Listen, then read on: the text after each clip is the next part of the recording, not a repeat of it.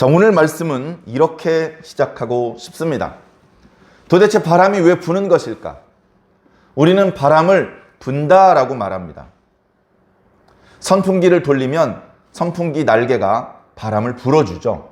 그래서 이쪽에 있던 공기를 저쪽으로 강하게 밀어서 바람이 생깁니다. 그럼 저쪽에서는 선풍기가 불어주는 바람을 이렇게 맞으면서 시원해지는 것이죠. 그래서 우리는 바람을 분다고 합니다. 입으로도 바람을 불죠. 바람을 불어서 풍선을 빵빵하게 만들기도 하고 악기를 연주하기도 합니다. 그런데 사실은 바람이 움직일 때 부는 힘만 가지고 바람을 움직이는 것은 아닙니다. 또 다른 힘이 있어요. 예를 들면 빨아들이는 힘이 있습니다. 그래서 우리가 보통 잘 그렇게 표현하지는 않는데 바람을 들이마시면 공기를 이렇게 빨아들이면 저쪽에 있는 공기가 이쪽으로 오는 것이죠. 조금 다르게 비유를 한번 드려보겠습니다. 나귀를 움직일 때 쓰는 방법이 크게 두 가지가 있습니다. 그것을 이름하여 우리는 당근과 채찍이라고 표현합니다. 당근은 뭐죠? 나귀가 좋아하는 거예요. 그래서 나귀 얼굴 쪽에 당근을 가지고 갑니다. 그러면 그 당근이 나귀의 눈에 보이죠? 그리고 그 냄새가 납니다. 당근은 다른 여물보다 훨씬 달짝지근하고 맛있기 때문에 나귀가 좋아하고 그 당근을 먹을 욕심에 몸을 앞으로 이동시키는 것이죠. 그런데 당근이 없어도 나귀를 이동시킬 수 있습니다. 엉덩이 쪽을 채찍으로 때리는 것이죠. 그러면 채찍에 맞는 고통은 나귀가 싫어하기 때문에 그 고통을 피할 수 있도록 앞으로 이동을 하는 것입니다. 보통은 나귀를 움직일 수 있는 방법이 당근과 채찍인데 채찍의 방법보다는 당근의 방법이 좋다. 보통 그렇게 이야기를 하죠. 사람을 움직일 때도 똑같은 방법을 씁니다. 이봐 김대리, 야근해. 이봐 김과장, 좀 더 열심히 일해. 이봐 김부장, 이번에 실적 좀 올려봐. 그렇게 움직이고 싶습니다. 잘 안 움직입니다. 어떻게 합니까? 당근을 내밉니다. 이번에 실적을 조금만 더 올리면 특별 보너스를 줄게. 이봐 김 과장, 언제까지 과장할 거야? 차장으로 승진하고 부장으로 승진해야지. 승진시켜줄게. 이렇게 당근을 제시하면 아 그렇습니까? 제 최선을 다해보겠습니다. 이렇게 움직이는 것이죠. 어떤 땐 당근을 던졌는데도 안 움직입니다. 특별 보너스요? 필요 없어요. 그럼 어떡하지? 너 이번에 실적 올리지 못하면 잘릴 거야. 감봉시킬 거야. 이렇게 위협을 하죠. 이것은 어떻게 보면 나귀를 움직이는 방법 중에서 채찍에 해당되는 방법이 될 것입니다. 그렇게 해서 움직이는 것이에요. 우리는 뭐든지 그렇게 이제 움직이려고 합니다. 자, 그러면 우리가 오늘도 교회 올 때 날씨가 겁나게 맑아요. 예? 지난주에도 날씨가 너무 맑아서 기분이 좋았다가 걱정이 되었다가 왔다 갔다 했습니다. 왜? 날씨가 맑으니까 기분이 상쾌하고 이렇게 좋은 날씨에 하나님께 예배를 드릴 수 있어서 정말 기분이 좋습니다. 그런데 또 다르게 생각을 해보면 날씨가 이렇게 좋아서 많은 성도들이 교회로 가지 않고 다른 즐거운 자리, 노는 자리로 가고 싶은 유혹에 빠질 수도 있겠구나. 그런 생각에 걱정도 들었던 것입니다. 목사님은 다른 교회 성도들까지 걱정하시냐 그러는데 네, 다른 교회 성도들도 걱정이 됩니다. 저는. 왜냐? 한국 교회는 하나예요. 예수님 한 분이잖아요. 우리 교회는 부흥하고 저쪽 교회는 망해가 문을 닫아. 그러면 신나는 겁니까? 우리는 치킨집을 하는 게 아니에요. 경쟁 치킨집이 있다가 우리 가게가 좀 잘 되니까 그쪽이 문을 닫았어. 그래서 그쪽 가게 주문하던 사람도 우리 가게 주문하니까 돈을 더 많이 벌고. 교회는 그런 곳이 아닙니다. 교회는 장사하는 곳이 아닙니다. 돈 버는 곳이 아닙니다. 교회는 복음을 전파하는 곳입니다. 예수님을 증거하는 곳입니다. 많은 사람들이 예수님을 믿게 만드는 곳입니다. 한 군데에서 복음을 전파하는 것보다는 두 군데에서 복음을 전파하는 것이 사람들을 예수님께로 인도하는 데 훨씬 효과적입니다. 그걸 안다면 교회 문을 닫는다는 소식을 들었을 때 기분이 좋아지면 안 되죠. 교회가 많아져야 됩니다. 우리 교회가 좀 작아지더라도 교회가 많아져야 돼. 그래야 더 예수님의 복음이 더 효과적으로 잘 증거되는 것입니다.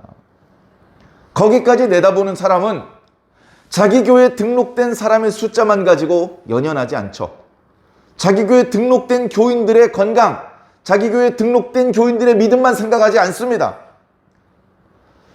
우리가 지구 반대편까지 생각할 여력이 혹시 없더라도 최소한 우리 동네, 최소한 우리 나라라도 걱정하는 마음으로 기도할 수 있다면 좋겠습니다. 자, 우리들은 왜 이렇게 화창하고 맑은 날씨에 주변에 이제 코로나19의 어떤 그 사회적 거리두기 단계가 완화되고 위드 코로나 한다 뭐 이런 보도들이 있어서 지방자치단체에서 이런저런 축제나 이벤트도 만들어지고 있는 그런 상황 속에 왜 거기 가지 않고 교회에 왔을까요? 왜 그런데 들여다보지 않고 영상으로라도 예배에 지금 접속해서 뭔가 하나님의 말씀을 듣고 하나님의 말씀을 읽고 하나님을 찬양하고 이렇게 이 황금 같은 시간을 쓰게 된 것일까요? 왜 우리는 이렇게 움직였을까요? 그런 부분을 한번 생각해 보는 것으로 오늘 예배를 시작해 보려고 합니다. 역시 당근과 채찍이라는 두 가지 논리로 살펴볼 수 있을 것입니다. 천국에 가니까 교회 오면 사랑받고 용서받고 응답받고 칭찬받고 천국 가니까 이런 당근이 좋아서 나는 교회로 지금 움직였어. 그 반대로도 생각해 볼 수 있습니다. 교회 오지 않으면 지옥 가니까, 교회 가지 않으면 용서받지 못하고 사랑받지 못하고 그래서 책만 받고 저주받다가 마지막에는 지옥에 가는데 그 형벌은 너무 뜨겁고 그 기간은 영원하기 때문에 나는 지옥에 가기 싫기 때문에 그래서 교회에 갔어. 이렇게 채찍과 당근의 논리로, 천국과 지옥의 논리로 성도들이 왜 교회에 출석했는지 설명해 볼 수 있을 것입니다. 그러나 교회 처음 다니기 시작한 사람들은 그렇게 설명하는 것이 더 와닿고 더 쉽고 교회 가야 되는 거네요. 내가 왜 여태껏 교회를 안 갔나 모르겠네. 지금이라도 다녀서 너무나 다행입니다. 앞으로도 교회 열심히 가겠습니다. 그런 생각을 가지게 되겠죠. 자, 그러나 우리가 지금 욥기 말씀을 아주 깊이 있게 묵상하고 있는 그런 시기이기 때문에 지금은 이렇게 말씀드리고 싶습니다. 우리가 교회에 오는 이유는, 우리가 하나님의 뜻대로 사는 이유는 지옥에 가기 싫어서이기도 하지만 천국에 가고 싶어서이기도 하지만 그게 다가 아니다. 그게 다가 아니야. 제가 종종 시골에 계신 부모님을 명절에 찾아가는 상황에 빗대어서 설명드리는 때가 많은데요. 오늘도 그렇게 한번 설명드려 보겠습니다. 명절이 되었습니다. 시골에 어르신들이 계십니다. 자기는 결혼을 했고 공부할 때부터 또 직장 생활할 때부터 고향에서 떠나서 아이들 기르면서 꽤 오랫동안 부모님과 떨어져 지냈고 명절 때야 겨우 아이들을 끌고서 시골에 계신 어르신들을 만나러 가는 겁니다. 자, 그런 상황 속에 명절에 시골에 가는 것은 귀찮은 일이고요. 피곤한 일이고요. 돈 드는 일입니다. 거기 안 가도 다른 재미난 거 많이 있습니다. 그런데 그 재미난 곳에 가지 않고 재미도 없는데 가면 잔소리만 듣는데 근데도 시골집에 가는 이유가 뭘까요? 한번 당근과 채찍의 논리로 설명을 드려본다면 이럴 겁니다. 가지 않으면 엄마 아빠가 섭섭해하셔. 가지 않으면 다른 형제들이 욕해. 형은 왜 안 왔어? 다른 형제들이 좋게 말을 하지 않아. 그래서 괜히 그런 잔소리 듣기 싫고 부모님 걱정 끼쳐드리기 싫고 귀찮은 소리 듣기 싫어. 채찍 맞는 게 싫어. 그러니까 난 시골로 내려가. 또 시골로 내려가면 어떻습니까? 엄마 아빠가 좋아하셔요. 엄마 아빠가 아이고 우리 아들 왔어 하면서 칭찬해 주세요. 우리 엄마 아빠가 맛있는 음식 차려주세요. 거기 가서 오랜만에 고향집에서 편안하게 쉬었다 올 수 있어요. 그런 좋은 게 있어. 그래서 그런 좋은 게 있으니까 가는 거야. 자, 말하자면 우리가 명절 때 시골에 계신 어르신들을 찾아뵙는 것들을 그렇게 당근과 채찍의 논리로 한번 이야기해 볼 수 있는 것이죠. 자, 그런데 당근과 채찍의 논리로 이게 통하지 않는 그런 경우가 많이 있습니다. 가봤자 좋은 소리 못 들어요. 가봤자 맛있는 음식 없어. 칭찬 못 들어. 그리고 안 가도 걱정 안 해. 전화 통화 자주 해. 안 가도 누가 욕하지 않아. 다 바빠서 먹고 사느라고 힘들어서, 그래서 명절이 돼도 시간을 내서 가족들을 만나러 내려오지 못하는 사정을 다 이해해. 그러면 당근도 없고 채찍도 없네요. 그럼 굳이 시골에 안 내려가도 되잖아요. 시골에 안 가도 욕 먹을 일이 없고, 가도 뭐 별로 생기는 게 없는데 왜 그렇게 가는 겁니까? 당근과 채찍의 논리 이외의 논리가 또 있는 거예요. 당근과 채찍의 논리로만 설명할 수 없는 이유가 있는 거란 말입니다. 아무 이유 없어. 나 엄마가 보고 싶어. 왠지 엄마가 보고 싶어. 꿈에 엄마가 나오는데 엄마가 이렇게 감기에 걸렸는지 콜록콜록 하시더라고. 그래서 내가 전화를 걸어봤지. 다행히 감기는 안 걸렸어. 엄마 걱정하지 말래. 바쁘면 명절에 안 내려와도 된대. 안 돼, 안 돼. 근데 내려가 봐야 되겠어. 내려가서 엄마 얼굴 좀 봐야 되겠어. 엄마 손 좀 잡아야 되겠어. 엄마 어깨 좀 주물러 드리고 와야 되겠어. 그건 당근과 채찍과 상관없는 논리입니다. 당근과 채찍의 논리로는 설명할 수 없는 겁니다. 그래서 우리가 왜 이렇게 화창한 날씨를 뒤로 하고 여러 다른 즐거운 자리가 있는데도 불구하고 그걸 다 거절하고 오늘 이렇게 주일 예배를 드리는지, 오늘 왜 이렇게 교회에 출석했는지, 오늘 왜 이렇게 예배 접속해서 말씀을 듣고 있는지, 그 이유를 당근과 채찍의 논리로 설명하지 않으시기를 부탁을 드립니다. 당근과 채찍의 논리로 설명을 하면 우리의 신앙이 좀 싸구려가 되는 것 같지 않으세요? 우리가 너무 뻔한 속셈을 가지고 주님을 찾아오는 것 같지 않으시냐고요. 예? 우리가 어렸을 때는요, 유치했어요. 할머니 집에 가고 싶었어. 왜? 세뱃돈 받으러 가는 거야. 세뱃돈 받으러. 용돈 받으러. 사실 할머니 싫어. 자꾸 할아버지가 잡아당기고 끌어안으려고 그러고, 그건 귀찮아 죽겠어. 근데 용돈 주니까 가는 거야. 용돈 주니까. 요즘 아이들이 스마트폰을 많이 봐서 학부모들이 걱정을 하는 집이 많다 그럽니다. 거의 모든 가정이 그 문제로 고민이 많다고 하는데, 그래, 너무 거기에 빠지면 안 되니까 부모하고 자녀 간에 약속을 합니다. 이걸 안 할 수는 없지만 하루에 1시간만 하자. 약속을 정해놓고 그걸 지키느냐 못 지키느냐 또 그걸로 실갱이를 하죠. 자, 그러고 있는데 시골집에 가면 할머니 할아버지가 야 우리 손주들 스마트폰 마음껏 할 수 있게 내버려 둬. 시골집에 와 있는 동안만이라도 스마트폰 가지고 재미있게 놀 수 있게 내버려 둬. 그러니까 이제 애들이 스마트폰 마음껏 할 수 있으니까 시골집에 가고 싶어 한대요. 요즘엔 그렇대요. 여러분들은 왜 교회 오고 싶어 하십니까? 네? 거꾸로 말씀드릴까요? 여러분들은 왜 교회 안 오십니까? 여러분들은 왜 말씀을 안 들으십니까? 우리가 교회 가는 행위, 우리가 말씀을 듣는 그 행위, 그것을 당근과 채찍의 논리로 설명을 하려고 하면 교회 갈 필요가 별로 없어요. 꼭 교회만 가야 천국 가는 겁니까? 그렇게 정색을 하고 물어보면 사실은 교회 가야 천국 가는 거거든요. 근데 아니요, 뭐 꼭 교회 가야 천국 가는 건 예수님 믿으면 천국 가는 겁니다. 이렇게 이제 설명을 드리기는 하는데 교회 안 다니면서 어떻게 예수님을 믿냐고요. 예? 어려운 얘기입니다. 어려운 얘기. 교회의 도움을 받지 않고 교회에 소속되어 있지 않고 예수 그리스도의 몸의 일부가 되지 않은 채 난 예수님을 믿고 천국에 가겠다. 어려운 얘기라고요.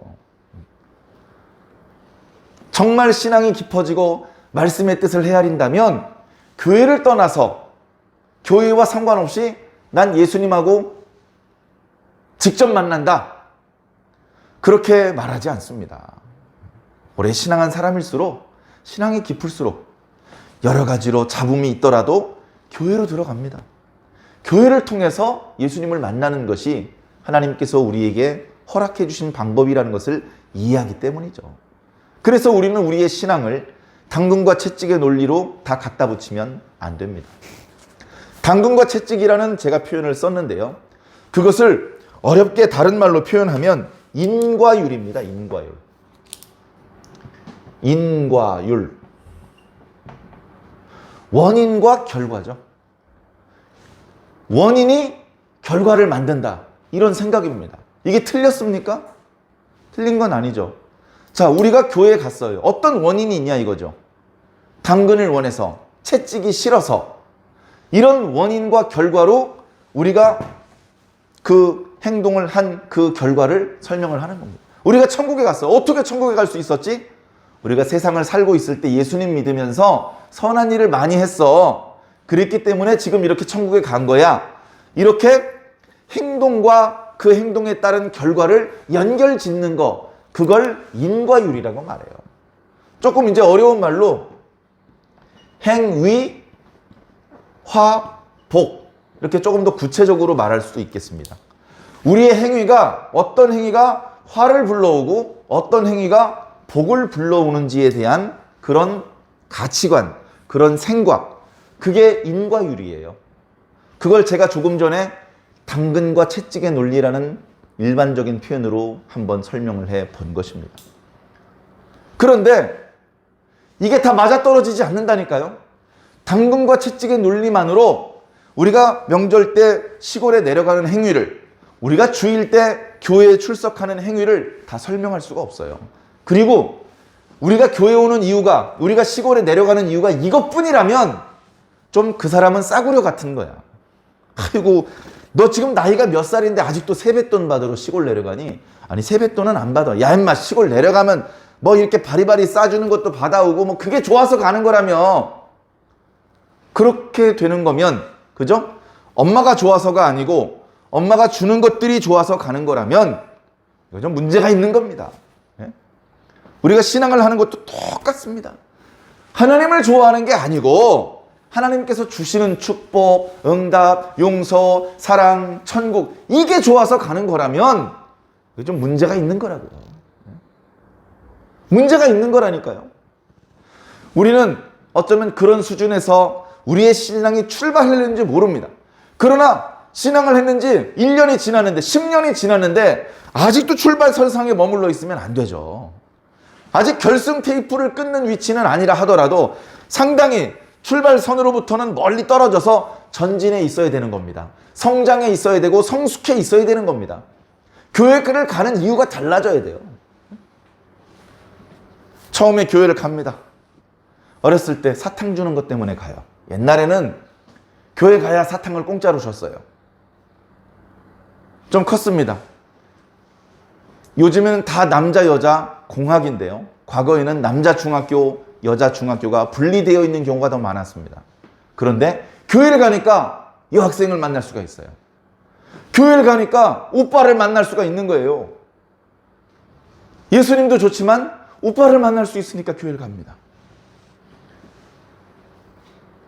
그리고 컸습니다. 고등학교를 졸업합니다. 요즘엔 다 대학교를 가지만 예전에는 대학교 가는 사람보다는 고등학교 졸업하면 취업하는 경우가 많았습니다. 공부를 잘하고 좋은 고등학교를 다녔으면 취업이 좀 쉽지만 그렇지 않은 경우에는 취업이 잘 안 됐던 시절도 있습니다. 그럴 때 어떡합니까? 교회를 가면 취업길이 열려요. 정보가 들어오고 누가 자꾸 추천합니다. 어디 가서 일을 해봐. 어디 누굴 만나봐. 교회를 가면 신앙도 좋지만 그렇게 부가적으로 이득이 생겨요. 교회를 다니다가 아내 될 사람을 만나고 남편 될 사람을 만납니다. 내가 음식점을 차렸어요. 교회를 다니니까 그래도 교인들이 부지런히 내 가게에 와서 장사를 해줍니다. 그런 부가적인 이득이 있는 것이죠. 그래 어느 순간 주객이 전도됩니다. 예수님이 좋아서 교회 가는 게 아니에요. 사탕 때문에 가는 거였고, 남자친구, 여자친구 사귀려고 가는 거였고, 취직하려고 가는 거였고, 결혼하려고 가는 거였고. 도대체 교회를 그런 이유로 가는 겁니까? 교회를 가는 이유가 그것뿐이라면, 그게 더 큰 이유라면 우리의 신앙은 뭔가 문제가 있는 겁니다. 네? 보통 근데 그렇게 말하지 않죠. 아, 예수님 믿고 가는 거야. 예수님 때문에 교회를 가는 거지. 목사님 설교가 은혜가 되고, 그리고 성경 말씀이 우리가 구원을 받을 수 있는 말씀이기 때문에 우리는 교회를 가는 것이고 말씀을 듣는 것이고 성경을 읽는 거야. 겉으로는 그렇게 말합니다. 겉으로는. 그렇게 말하니까 멋있어 보이죠? 역시 말씀하시는 것이 신앙인답고 성숙한 신앙인의 모범이 되는 것 같습니다. 이참에 저희 교회 안수 집사가 되어 주십시오. 권사가 되어 주십시오. 아이고, 장로가 되어 주십시오. 그래서 안수 집사, 권사, 장로가 됩니다. 예? 그런데 마음속으로는 어때요? 오직 하나님 때문에 가는 게 아니야. 교회 가는 것이. 성가 대원이니까 가고, 주일학교 교사니까 가고, 이번 주일 식당 봉사니까 가고, 이번 주에 주차 관리, 이번 주에 차량 운행, 그런 이유 때문에 교회를 가는 것이 된다면 주객에 전도된 것이잖아요. 말로만 아니에요. 교회 일꾼이 부족해서 이걸 제가 해야 돼요. 그러나 정말로 예수님 때문에 가는 것인지 자신의 속 사정을, 자기 속 마음을 자주 살펴보셔야 됩니다. 예수님 때문에 하는 게 돼야 돼요. 예수님 때문에 하는 게 아닌 게 되면 어떻게 되는지 아십니까? 식당 봉사하는 사람끼리 싸워요. 팔을 이렇게 다듬어 놓으면 어떻게 해? 깨끗하게 다듬어야지. 주차 관리하는 사람끼리 싸웁니다. 아니, 주차를 선에 맞춰서 똑바로 돼야 될 거 아니요? 예수님이 빠지니까 우리가 신앙을 하고 우리가 봉사를 하는 것이 예수님을 사랑하기 때문에 하는 것이 아닌 게 돼버리니까 이제 성도들끼리 교회 와서 멱살을 잡게 되는 것입니다. 목사님, 아니 저 아무개 전도사님이 자꾸 우리 성가대원들을 교사로 빼갑니다. 교사도 좋은 일을 하는 것은 우리가 알고 있지만 그렇게 무차별적으로 젊은 사람들을 교사로 데리고 가버리면 찬양은 누가 합니까? 이렇게 되는 거예요. 참 곤란하죠? 성가대 총무님, 지휘자님의 손을 들어줄 수도 없고 주일학교 부장집사님, 담당 전도사님 손을 들어줄 수도 없습니다.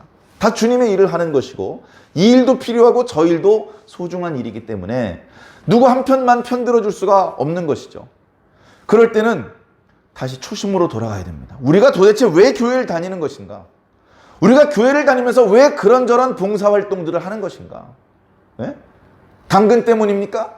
채찍 때문입니까?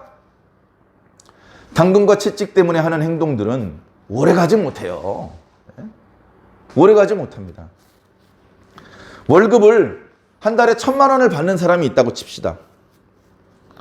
누가 아이고 선생님 고맙습니다. 담배값이라도 하세요. 10만 원 찔러주면 귀찮아요. 10만 원 필요 없어. 나 1년에 1억 원을 넘게 받아. 나 괜히 10만 원 때문에 귀찮은 일을 하기 싫어. 한 달에 월급을 50만 원 받는 사람은 10만 원을 찔러주면 시키는 대로 다 하겠죠. 1,000만 원을 받는 사람은 10만 원은 필요 없는 거야. 안 받아도 괜찮은 거예요. 네? 하나님께서 주시는 복이 어떤 사람에겐 절실하고 어떤 사람에겐 있으나 마나한 복이 된 그렇게 마음속으로 느껴지기 시작을 하면 예수님이 주님이 아니 되니까요. 예수님이 주인이 돼요. 주님. 예수님이 왕, 예수님이 주인, 나에게 절대적인 존재가 되어야 돼요. 겨우 당근이나 몇 조각 던져주시는 분이 돼가지고는 누가 예수님 말씀에 순종을 하겠으며 누가 예수님을 위해서 목숨을 던지겠습니까? 당근 주워 먹다가 당근 안 던져주면 다른 주님 찾아가는 거예요. 당근 던져주는 사람한테. 아무것도 더 생기는 게 없는데 왜 그를 위해서 목숨을 버리겠냐고요. 어쩌면 예수님의 12 제자들도 처음에는 예수님을 따라다녔더니 공짜로 밥 얻어먹는 게 재밌어서 따라다녔는지도 모릅니다. 처음에는. 그런데 나중에는 그게 아니에요. 예수님을 쫓아다녔더니 공짜로 돈이 생겨. 그래서 처음엔 예수님을 따라다니기 시작을 했는데 나중에는 어떻게 되냐. 내 돈을 나눠주면서 다녀야 돼. 그래도 괜찮아. 그래도 예수님을 따라다녀. 그러다가 예수님이 죽으니까 자기도 따라서 죽어야 돼. 괜찮아. 그래도 예수님을 따라서 죽어. 왜? 왜 그렇게 하는 건데? 그건 당근과 채찍의 원리, 이 인과 의의 원리하고 맞지 않는 거잖아. 사랑하는 성도 여러분, 너무 이야기가 본문하고 벗어나는 것 같으니까 본문으로 돌아올게요. 근데 내용은 똑같은 거예요. 지금 욥하고 욥의 친구들이 대화를 나누고 있잖아요. 욥의 친구들이 먼저 얘기를 하고 욥이 대답을 해줍니다. 그래서 지금까지 이렇게 보면 4장하고 5장에 엘리바스가 이야기를 했죠. 그죠? 6장하고 7장에 욥이 대답을 했습니다. 8장에 빌닷이 얘기를 했습니다. 9장과 10장에 욥이 대답을 했습니다. 11장에 소발이라고 하는 친구가 얘기를 하는 거예요. 그래서 이번에 12, 13, 14장까지 욥이 이야기를 하는 겁니다. 오늘 욥이요, 그 친구들 3명의 이야기를 다 들었잖아요. 그러니까 욥이 지금 말을 하고 있는데요. 2절에 보니까 너희들만 백성이구나 라고 말을 합니다. 다시 말해서 방금 전에 이야기했던 소발 한 사람한테만 대답을 해주는 게 아니고 그 옆에 있는 친구 3사람 동시에 향해서 너희들 모두를 향해서 하는 말입니다. 여기서 백성이란 말은요, 사람이란 말이에요. 사람. 야, 니들만 사람이냐? 니들 죽으면 지혜도 끝나겠구나. 야, 이 말은 뭡니까? 그 지혜 너희에게만 있는 게 아니야. 나에게도 있어. 너희들이 깨달은 그거 있지? 나한테 가르쳐 주려는 그거. 그게 이거였거든요. 욥의 친구들이 가지고 있는 생각이 이거였어요.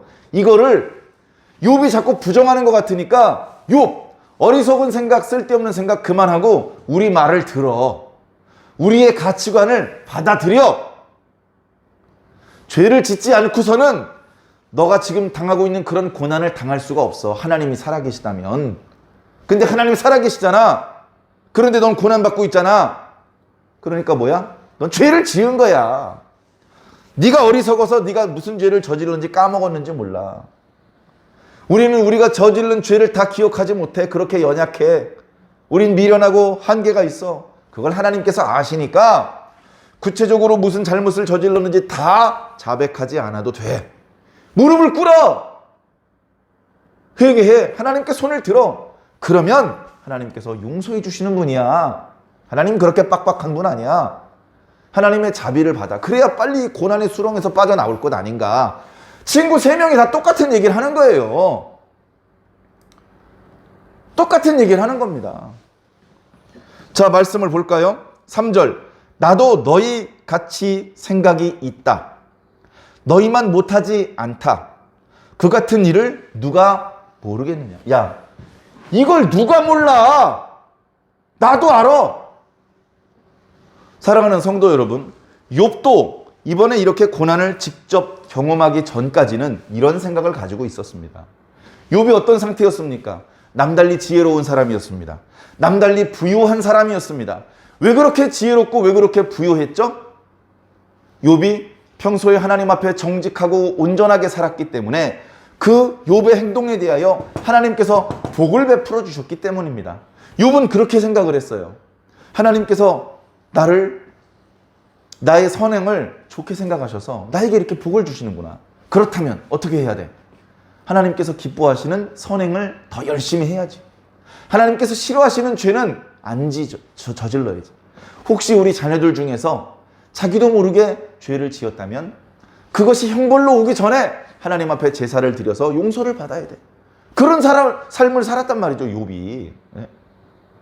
욥도 친구들과 똑같은 생각을 가지고 살았던 사람이에요. 그런데 욥이 고난을 겪고 나니까 이 세상이 이 인과율이 100% 적용되는 게 아니네. 이 인과율이라는 이런 하나님의 법칙으로 다 설명할 수 있는 게 아니네. 뭔가 우리가 아직 깨닫지 못하는 뭔가가 또 있구만. 욥은 그 부분을 고민하고 있는데 욥의 친구들은 그런 욥의 수준 높은 고민에 대해서는 전혀 이해하지 못한 채 여전히 똑같은 이야기를 반복하고 있는 것입니다. 자, 욥이 뭐라고 말합니까? 4절에 하나님께 불러 아뢰어 들으심을 입은 내가, 나는 하나님을 부르고 하나님께서 나를 찾아주시는 분이고 내가 기도하면 응답을 받는 분이야. 내가 그렇게 하나님과 친밀한 관계고 나의 신앙과 영적인 지위가 높은 사람이었어. 그랬던 내가 지금은 이웃들에게 웃음거리가 되었고 의롭고 온전한 내가 지금은 친구들의 조롱을 받고 있다. 인과율대로라면 그러면 안 되는 거잖아요. 그죠? 하나님하고 기도하고 하나님하고 소통을 이렇게 잘하는 사람이 이웃이 비웃음을 사면 안 되잖아요. 이렇게 기도하는 사람, 이렇게 하나님과 말이 잘 통하는 사람이, 마음이 잘 통하는 사람이 친구들의 조롱을 받으면 안 되잖아요. 내가 직접 경험을 해보니까 이게 안 통하는 순간이 있더라. 5절. 평안한 자의 마음은 친구들이에요. 친구들은 아직 평안해. 고통을 아직 고난을 만나지 않았어. 그러니까 어떡합니까? 재앙을 멸시해. 재앙을 우습게 생각하고 재앙을 당하고 있는 사람을 죄인이라고 낙인 찍는데 바쁜 거예요. 그러나 실족한 자를 기다린다. 재앙은. 자, 6절. 강도의 장막이 형통하다. 아, 이러면 안 되잖아요. 강도가 악을 저질렀죠? 그럼 화를 당해야 하잖아. 근데 어떻다고? 강도가 복을 받는단 말이에요. 예? 강도의 장막은 형통하고 하나님을 진노하게 하는 자는 평안하다. 하나님을 진노하는 자, 강도, 이 사람들이 화를 당해야 될 것 같은데 그 사람들이 형통하고 평안하단 말이에요. 그러면 그 강도의 형통함은 누가 준 것이냐? 하나님을 진노하게 만드는 사람이 누리는 그 평안은 누가 주신 것이냐? 하나님이 주셨다는 거예요. 하나님이 주셨다는 거예요. 저 악인들이 당하는 저 행복을 하나님이 주셨단 말이죠. 이건 그동안 욥이 알고 있던 인과율, 행위, 화복, 순종하면 축복받고 불순종하면 저주를 받는다고 하는 성경의 일관적인 메시지하고 다르잖아요. 제가 지난주에 그래서 예를 몇 가지 들었죠. 다윗이 죄를 지어서 재앙이 쏟아졌는데 다윗은 안 죽고 이스라엘 백성들이 전염병으로 죽어 나자빠집니다. 그 이스라엘 백성들은 무슨 죄가 있어서 죽은 겁니까? 예수님께서 누가복음 13장에 말씀하신 것처럼 실로암 망대가 무너지는 날 18명이 죽었는데 그 18명은 왜 다른 사람보다 빨리 그날 죽어야 됐습니까? 다른 사람보다 죄가 더 많아서? 그게 아니라는 겁니다. 반드시 죄를 많이 지은 사람이 화를 당하고 죄를 크게 지은 사람이 큰 화를 당하고 선을 행한 사람이 복을 받는데 큰 선을 행한 사람은 큰 복을 받고 반드시 그렇게 돌아가는 것이 아니다. 그러고서 성경을 다시 보니까 웬걸 성경의 모든 우리가 존경하는 의인들이 고난을 당하지 않는 의인이 없어요. 여러분, 다윗이 죄가 없는 사람은 아니지만 도대체 무슨 잘못을 그렇게 크게 저질렀길래 10년 동안이나 도망 다니는 생활을 해야 했습니까? 다윗은 10년이죠? 모세는 40년 동안 도망 다녔습니다. 무슨 죄가 40년씩이나 도망 다녀서 가족들을 찾지도 못하는 지경이 되게 했던 것입니까? 예? 죄가 커서 그런 일을 당한 게 아니라는 것이죠. 바울은 무슨 죄가 그렇게 많았던 것입니까? 베드로는 무슨 죄가 그렇게 커서 십자가에 거꾸로 달려 죽어야 되는 겁니까? 성경에 수없이 많은 의인들, 하나님을 만났고 하나님의 뜻을 깨달았고 예수님을 영접했던 그 많은 의인들이 고난 없이 살았던 의인이 없어요. 모든 의인들이 고난을 당합니다. 그럼 이거 잘못된 거잖아요. 의인들은 복을 받아야지 왜 고난을 당합니까? 지금 욥은 자기가 고난을 당하면서 새롭게 고난이라는 것을 바라보는 눈이 떠지고 있는 겁니다. 내가 직접 몸으로 고난을 겪기 전에는 이 고난은 죄를 행한 사람들이 받는 화라고 생각을 했다. 욥도 그렇게 생각을 했어요. 우리도 그렇게 생각을 하고 있었을걸요? 자, 그런데 직접 자신이 고난을 몸소 겪으면서 나는 이렇게까지 큰 재앙을 당할 정도로 하나님 앞에 범죄하지 않았는데 내가 하나님처럼 예수님처럼 죄가 전혀 없어. 욥이 그렇게 주장하는 건 아니에요. 인간이 어떻게 죄가 없을 수 있습니까? 그러나 이렇게까지 큰 벌을 받을 정도의 죄를 저지르지는 않았다는 겁니다. 이렇게 끔찍한 고통이라면 엄청난 죄를 저질러야 되는데 그걸 욥이 모를 리가 없잖아요. 난 근데 그런 죄를 저지르지 않았어요. 내 의가 아직 건재해요. 내가 지금 당하는 고난은 부당한 거예요. 그런 상황을 경험하고 보니까 이게 내가 전에 이것을 하나님의 진리라고 생각을 했는데 이게 꼭 맞아떨어지지 않는 경우도 있구나. 생각을 해보니까 강도들이 부자로 살더라고. 거짓말을 잘하는 사람들이 승진을 더 빨리 하더라고.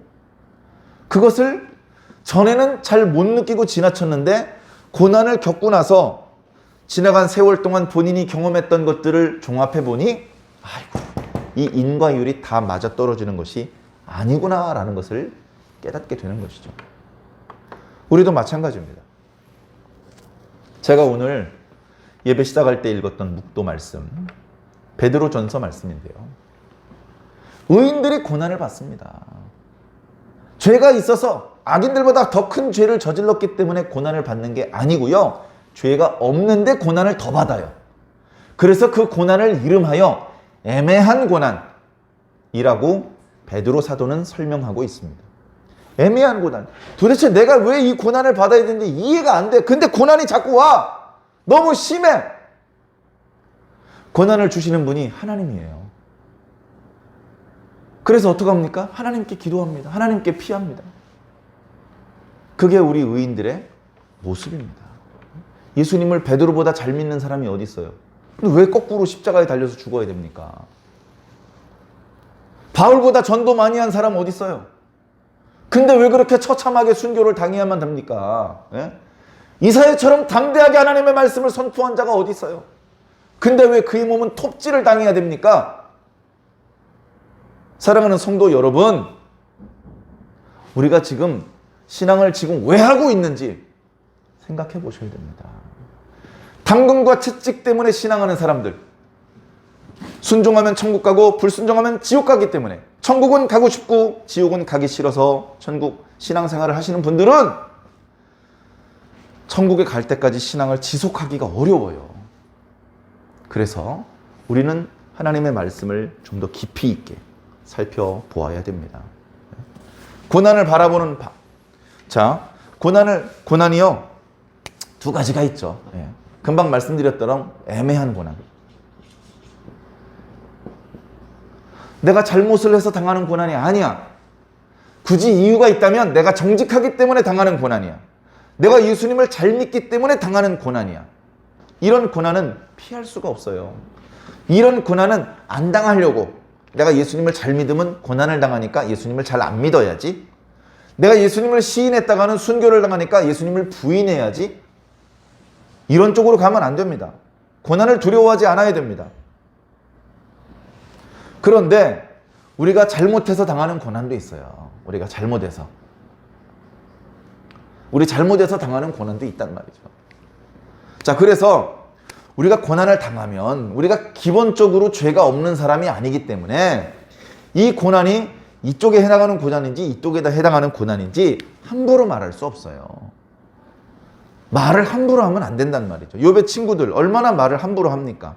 그들의 말이 다 구구절절 옳은 이야기 같습니다만 사실은 욥의 상황을 정확히 이해하지 못한 채 함부로 말하는 실언들이잖아요. 욥의 친구들의 말이 옳은 것 같지만 우리는 욥의 친구들을 칭찬하거나 두둔하거나 그들의 말을 신봉하기 어렵잖아요. 그래서요, 고난이라는 상황이 나에게 있을 때 또는 내 옆에 있는 사람에게 올 때 그 고난이라는 상황에 대해서 함부로 말하면 안 됩니다. 겸손해야 돼요. 고난이 오면 힘들잖아요. 그러니까 몸을 낮추고 겸손해야 되고요. 어금니를 깨물고 말을 아껴야 됩니다. 말을 함부로 하면 안 됩니다. 그리고서 기도하는 마음으로 하나님께 이 고난이 어떻게 온 것인지 여쭤봐야 되죠. 하나님께서 기도하고 여쭤볼 때마다 소상히 답을 주시는 건 아니에요.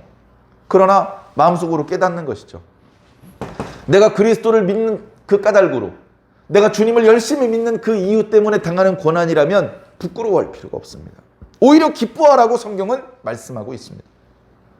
주님 때문에 당하는 고난, 예수님 때문에 먹게 되는 욕, 그런 거 들으면 기뻐하라고요. 너희 선배 의인들, 선지자들이 너와 똑같은 고난을 당했다. 그건 부끄러운 고난이 아니다. 기뻐하라, 감사하라. 그렇게 말씀하셨죠. 그러나 자기가 잘못해서 당하는 고난도 있을 수 있습니다. 그럼 어떻게 해야 됩니까? 회개해야죠. 이때는 회개해야 됩니다. 아이고. 욥의 친구들이 너 죄를 지었으니까 회개해라, 회개해라 말하잖아요. 잘못이 있으면 회개를 해야 돼요. 우리가 항상 크고 작은 죄를 저지르고 실수를 범하면서 살고 있기 때문에 내가 지금 당하는 고난이 어느 쪽인지 쉽게 예단할 수 없습니다. 사랑하는 성도 여러분, 우리 마음속에 겸손을 회복하시길 바랍니다. 겸손. 그리고 나하고 하나님과의 관계를 한번 생각해 보시기 바랍니다. 나하고 하나님하고 관계가 세뱃돈을 주니까 그게 좋아서 교회를 오는 그런 정도 관계인지, 할머니 할아버지가 이제 용돈이 떨어져서 세뱃돈을 못 줘, 그러면 이제 안 갈 겁니까? 내가 하나님하고 나하고 관계가 어떤 관계냐고요. 여러분, 저 어렸을 때 아버지가 주시는 세뱃돈 너무 좋았어요. 근데 지금은요, 내가 부모님에게 용돈을 드려도 좋으니까 명절에 1년에 2번이 아니라 20번 돌아봤으면 좋겠어요. 내가 용돈을 드려도 좋으니까. 사랑하는 성도 여러분, 하나님을 향한 여러분들의 믿음이 어떤 믿음입니까? 하나님을 생각하는 여러분들의 감정이 어떤 감정입니까? 하나님 앞에 복을 받을 때 저금해 놓은 것을 요구하는 것처럼 그렇게 당당하고 뻔뻔하게 요청하는 것입니까? 하나님하고 여러분 사이에 어떤 사랑이 있습니까? 어떤 정이 있습니까? 어떤 추억이 있습니까? 그런 것들은 없이 장부에 적힌 대로 내 저번에 11조 얼마 냈고 하니까 축복으로 갚아주세요. 이런 거래적인 관계입니까 혹시? 우리의 신앙은 그런 장사꾼의 신앙이 되어서는 안 됩니다. 우리의 신앙은요, 가족의 신앙이 되어야 됩니다. 가족. 우리 가정 경제에 보탬이 별로 안 돼도 저녁에 띵동 하면 반갑게 문을 열어주는 가족. 우리는 하나님께 뭐 얼마나 큰 보탬이 되어드리고 있는 겁니까? 그렇게 계산하면 우리 천국에 들어갈 자격 없어요. 우리가 무슨 한 일이 있고 무슨 공로가 있습니까? 예수님께서 다 해놓으신 밥상에 숟가락 얹은 것밖에 없는데요. 어디서 큰 소리를 치고 어디서 권리를 주장할 수 있단 말입니까? 그것을 깨닫는다면 겸손해야 됩니다. 겸손해. 말을 아끼고 예수님 감사합니다. 하나님께 영광을 돌리고 무슨 말씀을 하시든지 순종할 수 있어야 됩니다. 그게 안 깨달아지니까 순종하는 것도 어렵고 순종은 고사하고 교회 출석하는 것도 상당히 어려운 일이 되어가고 있는 것입니다. 사랑하는 성도 여러분, 교회 출석하십시오. 예배 드리십시오. 여러분과 하나님과의 정서적인 거리를 좁히십시오. 왜 그렇게 멀어졌습니까? 하나님과의 친밀한 관계를 회복하십시오. 남녀가 사랑하면 보고 있어도 보고 싶다잖아요. 뭐입니까? 그만큼 가까워지고 싶고 친밀하고 아무것도 득이 안 되는데도 불구하고 행복하잖아요. 하나님하고 우리와의 관계가 그래야 됩니다. 사랑하는 성도 여러분, 우리들의 신앙이 좀 더 성숙해지기를 간절히 바라봅니다. 우리 욥기 말씀을 묵상하는 동안에 철이 들기를 바랍니다. 철부지 어리광을 부리는 그런 수준을 뛰어넘어서 성숙한 시간이 꼭 성장해 주시기를 주님 이름으로 간절히 축원합니다.